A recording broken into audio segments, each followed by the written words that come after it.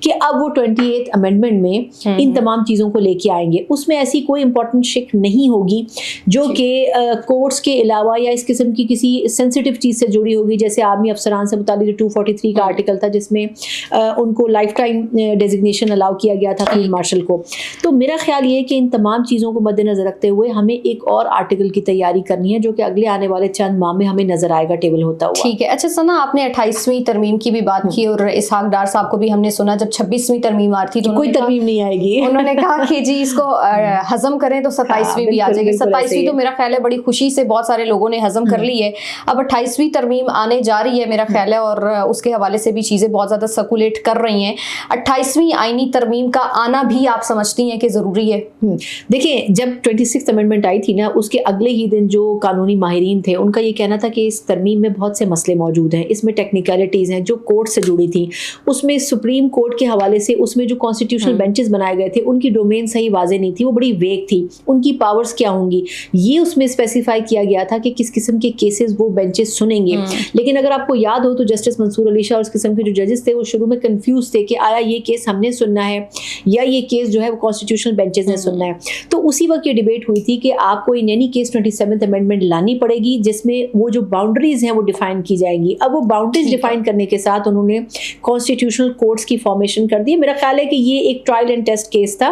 پہلے بینچز بنائے گئے, اس کی پرفارمنس دیکھی گئی, طریقہ کار دیکھا گیا, ایک وائب کریٹ کی گئی, اس کے بعد آپ نے کانسٹیٹیوشنل کورٹس میں قدم رکھا. تو میرا خیال یہ کہ اسٹیپ بائی اسٹیپ, اور اس میں ایک اور اہم نقطہ وہ یہ کہ 26th امینڈمنٹ کے ٹائم JUI آپ کے ساتھ موجود تھی اپوزیشن میں ہوتے ہوئے.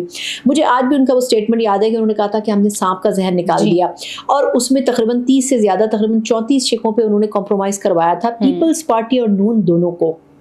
لیکن اس مرتبہ خاص طور پر جو دو شکیں تھیں 243 اور اس کے علاوہ کانسٹیٹیوشنل کورٹس کی جو آرٹیکل ہے, ان دونوں کے اوپر بڑا ایک فرم سٹینڈ تھا JUI کا, اور وہ اس کے اوپر عمل درآمد نہیں چاہتے تھے. اس لیے پاکستان پیپلز پارٹی اور نون لیگ کو ساتھ ہونا پڑا. تو میرا خیال یہ کہ جو ہم نے دیکھا کہ مولانا فضل الرحمان اس وقت تو تھے بھی نہیں جب یہ والی تھی بنگلہ دیش کے دورے کے اوپر. وہ تو انٹینشنلی نہیں تھے نا, اگر وہ موجود ہوتے تو پھر ان کا دروازہ بار بار کھٹکھٹایا جاتا. جو ہے وہ ووٹ بھی کاسٹ کیا بالکل احمد خان صاحب نے, اور پھر اس کے بعد JUI کے بہت سارے لوگ جو ہیں وہ ہمارے ٹیلی ویژن کے پروگرامز میں بیٹھ کے نظر آئے, اور انہوں نے کہا کہ جی 3-4 لوگ اور بھی حکومت نے ہمارے پائپ لائن میں رکھے ہوئے ہیں اور یہ بڑا غلط ہو رہا ہے ہمارے ساتھ اور ایسا نہیں ہونا چاہیے. واقعی آپ کو لگتا ہے ایسی کوئی بات ہوگی؟ اچھا دیکھیں, ایک تو بات یہ تھی کہ احمد خان صاحب نے یہ وہ بہتر جانتے ہیں, مولانا صاحب, انہوں نے کہا جی میں نے 35 کروڑ میں ٹکٹ خریدا ہے سینٹ کا, تو میری مرضی ہے میں جو کچھ بھی کروں. لیکن میرا خیال یہ ہے کہ JUI ہو یا کوئی بھی جماعت ہو, پاکستان تحریک انصاف ابرو صاحب کو نہیں روک سکی. مطلب انہوں نے سینٹ میں ووٹ ڈالا, انہوں نے آج پھر ووٹ ڈالا.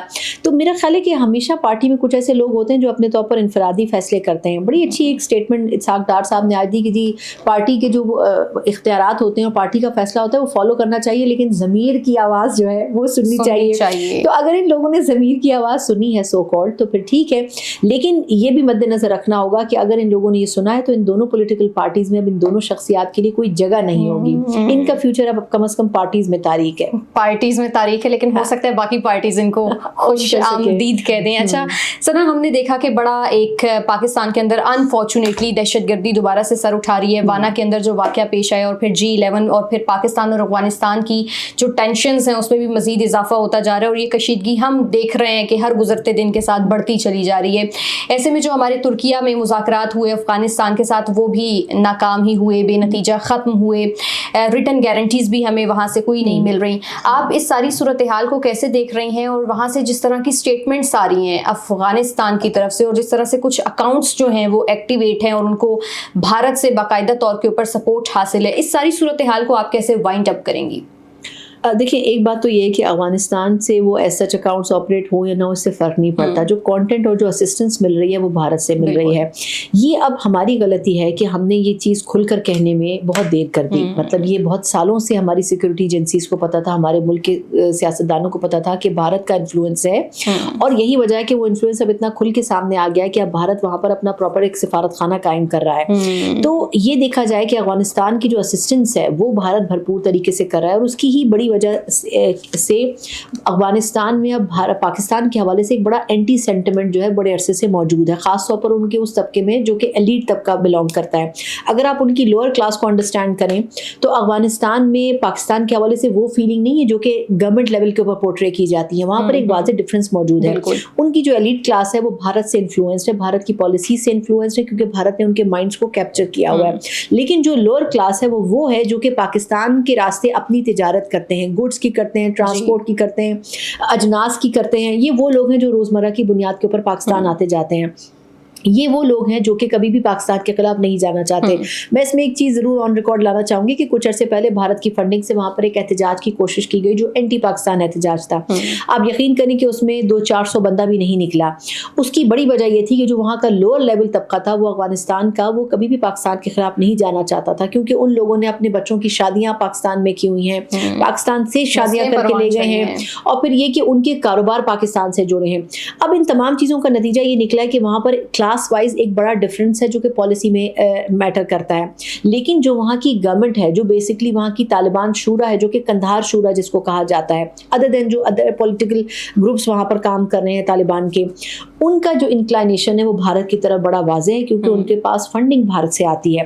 تو میرا خیال یہ ہے کہ یہ معاملہ جب یہ بات چیت ہو رہی تھی، ڈائلاگ اس وقت بھی بڑا واضح تھا، اور پاکستان کے لوگ یہ کہہ رہے تھے کہ یہ ڈائلاگ کامیاب نہیں ہو سکیں گے. اس کی وجہ یہ کہ جو لوگ مذاکرات کے لیے بیٹھے تھے ان کے پاس اتھارٹی موجود نہیں تھی کہ مذاکرات کامیاب ہونے ہیں. بھارت کی طرف سے ایک انڈرسٹینڈنگ تھی کہ یہ ٹیبل کے اوپر ریٹن فارم میں آپ نہیں دے سکتے کہ آپ کی سرزمین سے دہشت گردی کے حملے نہ ہوں. ایگزیکٹلی. تو میں لاسٹ چیز سے یہ کنکلوڈ کروں گی کہ ان مذاکرات کے اختتام کے اوپر ہوا صرف یہ ہے کہ پاکستان نے ان ریٹن ثبوت جو ہیں وہ ترکیہ، قطر اور اس قسم کے تمام سٹیک ہولڈرز کو دے دیے ہیں کہ اب اگر افغانستان کی سرزمین سے کچھ کیا جائے گا تو اس کا رسپانس پھر ہم کھل کے دیں گے.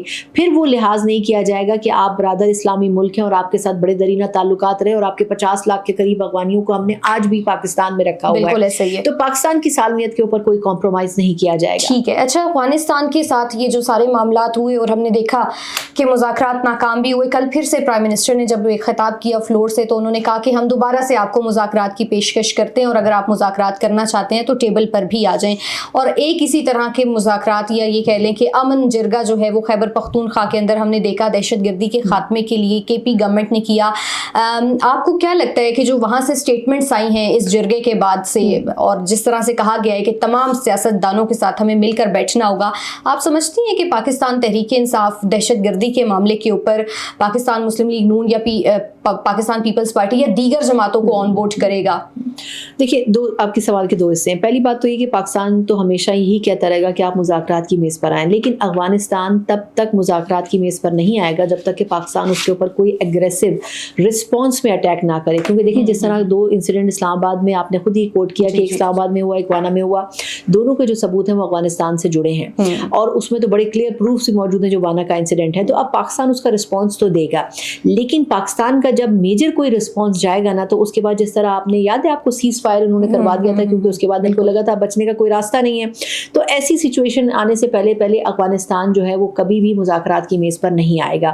دوسری بات یہ کہ جہاں تک ہمارے سی ایم کے خیبر پختونخوا ہیں، یہ اپنے طور پر جتنے بھی امن جرگے کروا لیں اس کا نتیجہ کوئی نہیں نکلنا. اس کی وجہ یہ کہ آپ کو یاد ہے کچھ عرصے پہلے بلکہ کچھ ہفتوں پہلے فیلڈ مارشل پشاور گئے تھے اور انہوں نے ایک بڑے جرگے میں لوگوں کو بلایا تھا اور ان سے بات چیت کر کے ان کو اعتماد میں لیا تھا اور ان کو بڑی حد تک ان کے ذہنوں کو کلیئر کیا تھا کہ سیکورٹی فورسز یا پاکستان کی جو ایز اے اسٹیٹ ہے پاکستان وہ کیا سوچ رہا ہے.